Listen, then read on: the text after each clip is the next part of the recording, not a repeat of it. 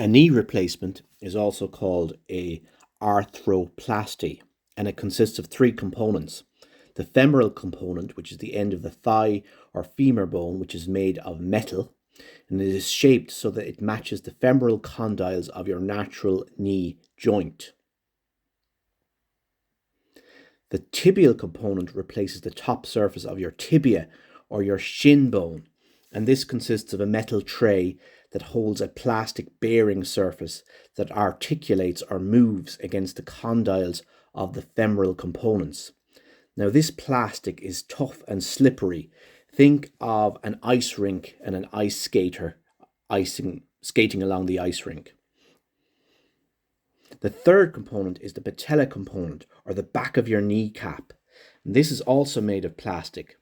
And the patella slides in the groove of the front of the knee, called the patellofemoral groove.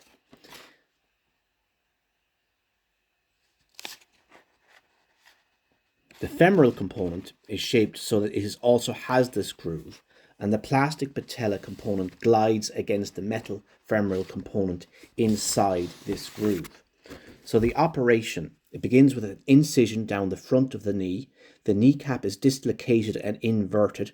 That's moved out of the way and turned inside out. So the inside of the knee is visible to the surgeon and there is enough room to work. The soft tissues are held back out of the way using retractors.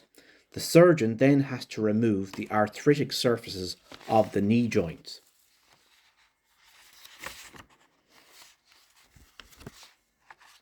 These are the femoral condyles, the tibial surface, and the patellar surface. So the surgeon uses special cutting guides that are attached to the bone and guide a bone saw that removes the joint surface and shapes the bone so that the artificial component fits properly. Once each joint surface has been removed, each of the components are temporarily placed. The knee is assessed for stability and mobility.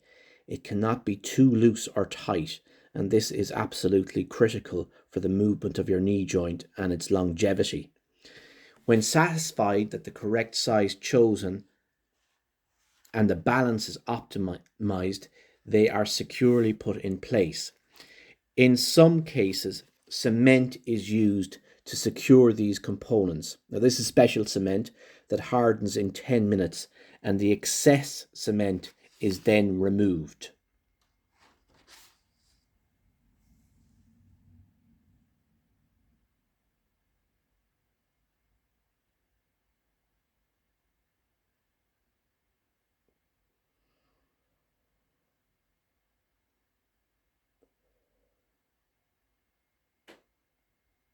The incision is then closed using several layers of stitches.